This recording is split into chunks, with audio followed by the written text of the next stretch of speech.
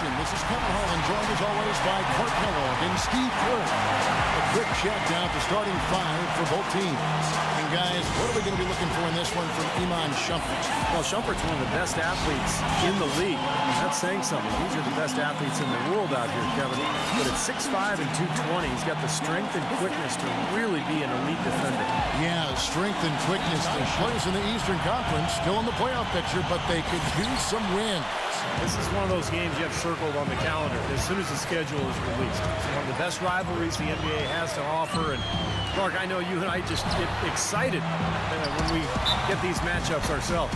No doubt about it, Steve, because it seems like these two teams always have a reason to be angry at each other, and that brings out the best basketball in both of them, and we love that.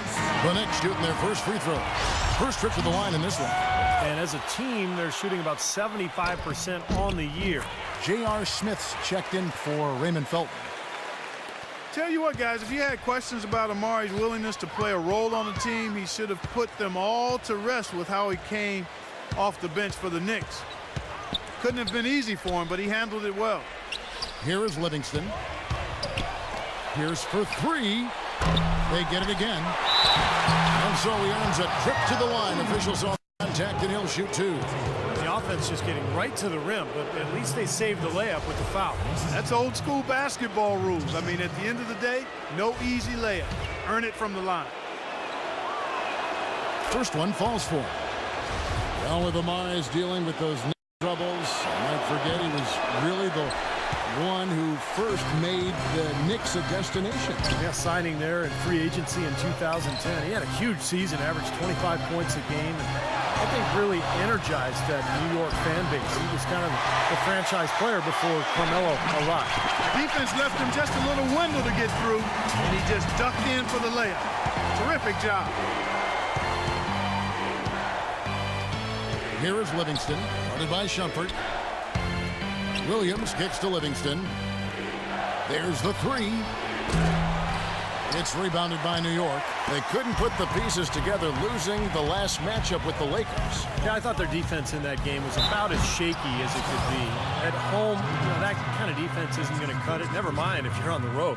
They really looked tired to me, and I don't know if they had travel issues or if they were out too late, but something was amiss because they had no energy. And both free throws good for Stoudemire. Well, as far as the league's big men go, he's one of the very best at the foul line. Williams kicks to Livingston. Pass to Pierce. The kick out to Williams. Down low. Here's Plumlee, and he drops in the layup off the glass. If you battle for the offensive rebound and come up with it, you're guaranteed a high-quality shot on a follow just like he got there. Shumpert dishes to Carmelo. Back to Shumpert. Takes the three. And it's Paul Pierce with the rebound. That one goes. Count. Chandler's got his first 2 points of the night. And the action on home. It appears there's been an injury. Yep, he's definitely in a bad way out there right now. Tough to see. And you see a player have to come out of the game like this. I mean, you just hope for the best. That's exactly right. You do hope for the best. You cross your fingers, say a prayer, and hope it's nothing major. We'll see what the update is here shortly. Raymond Felton, he's checked in for New York. Here is Livingston after the made shot from Tyson Chandler. Livingston kicks to Johnson. Johnson right side. Down to 5 on the shot clock. From 8. Foul call that time on the way up. That'll give him 2 chances at the free throw line here.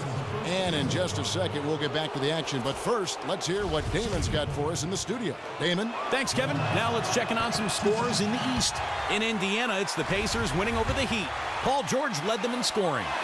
In Boston, the Celtics end up losing to the Raptors. Hey, that's it for us. Let's head on back out to Kevin, Steve, and Clark for the second half.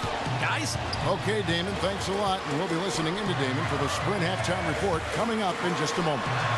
Guys, we're seeing another great year of basketball in the Eastern Conference, which really has been building over the last few years. Remember 4 or 5 years ago, the East was way down, but we're seeing some really strong teams develop now. Here's Williams after the made shot from Carmelo Anthony. Williams passes to Plumlee, and it's good. Assisting on the play was Williams. Plumlee's got 5 points so far. He was one step ahead of the defense when he fired that pass for the assist. Mason Plumlee, extremely athletic 7-foot senior out of Duke, a defensive hustle guy. Big man with great hops, much like his older brother Miles, drafted in 2012 by the Pacers. Now here's Pierce following the miss by Carmelo Anthony, and the shot is good. Beautiful cut to the hoop. He's getting anything he wants here already. News is not good at all. It looks like a broken ankle with additional injury to the surrounding connective tissue. This would be a terrible loss for his team if he were to miss this time, as they are gearing up for the last leg of the season. Just when you don't want injuries, Kevin.